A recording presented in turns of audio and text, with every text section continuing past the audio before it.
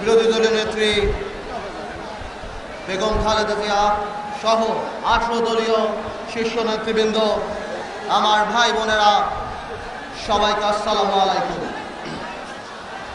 মাননীয় প্রধানমন্ত্রী, আপনি বললেন আমরা জানি আজকের মিটিং না করে, আজকের সভা না করে এই টাকা সাভারে যারা ক্ষতিগ্রস্ত হয়েছে তাদেরকে দেই। আমরাও চিন্তা করেছিলাম দিব, কিন্তু মাননীয় প্রধানমন্ত্রী যখন দেখি আপনি রাশিয়া থেকে 10,000 কোটি টাকার অস্ত্র কিনেন, কিন্তু আমার সাভারে হাজার হাজার শত শত মানুষের উদ্ধার কাজে একটা হ্যাকসো ব্লেড আমরা পাই না। টেলিভিশনে অ্যাডভার্টাইজমেন্ট দিতে হয়, অক্সিজেন নিয়ে আসুন, হ্যাকসো ব্লেড নিয়ে আসুন, ড্রিল মেশিন নিয়ে আসুন, তখন বুক ফেটে যায় কষ্টে। মাননীয় প্রধানমন্ত্রী, এই টাকা দিয়ে আপনি কার সাথে যুদ্ধ করবেন? মাননীয় প্রধানমন্ত্রী,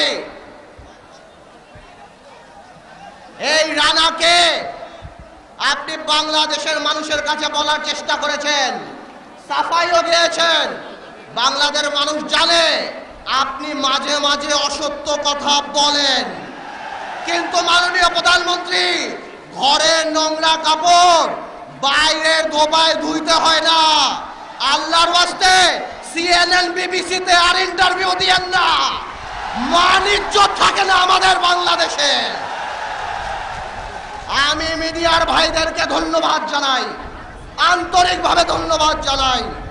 আপনারা সাভারে গিয়েছিলেন, তাই বাংলাদেশের মানুষ জানতে পেরেছিল সাভারে কত কষ্ট হয়েছে সবার, এবং সবাই ঝাঁপিয়ে চেয়ে পড়েছিল।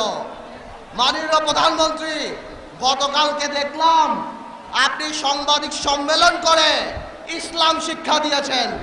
বাংলাদেশের মানুষ সব শিক্ষা নিতে পারে, আপনার কাছ থেকে ইসলাম শিক্ষা নেবে না। বাংলাদেশের মানুষ এখনো ভুলে নাই আপনাকে নিয়ে সামাজিক মাধ্যম ফেসবুকে কার্টুন বানাতে 24 ঘন্টার মধ্যে আপনি অ্যারেস্ট করে নিয়ে এসেছেন। মাননীয় প্রধানমন্ত্রী, কষ্ট লাগে বলতে, লজ্জা লাগে বলতে, সর্বকালের সর্বশ্রেষ্ঠ মানব নবী করিম সাল্লাল্লাহু আলাইহি ওয়াসাল্লাম, সকল মুসলমানের হৃদয়ের স্পন্দন, তাকে নিয়ে বাজে কথা বলার পরও 2.5 মাসে তাকে গ্রেফতার করেছেন আপনি। প্রধানমন্ত্রিত্ব বড় না, কিয়ামত বড়, জবাব দিতে হবে আপনাকে। এখনো বলছি, আপনার মন্ত্রীরা সবাই পচে গেছে। আপনার দীপুমণিকে মানুষ বলে প্রজাপতি মন্ত্রী, খালি বিদেশ ঘুরে।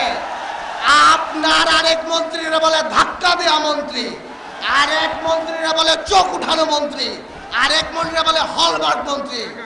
মাননীয় প্রধানমন্ত্রী, অনেক কথা বলতে চাই, আমার মুরব্বীরা দিতে চায় না। মাননীয় প্রধানমন্ত্রী, একটা কথা বলে দিলাম, গতকালকে আপনার আওয়াজ খুব নরম দেখা গেছে, আপনি চলে যান, তাহলে পালাবার জায়গা পাবেন না। আল্লাহ হাফেজ।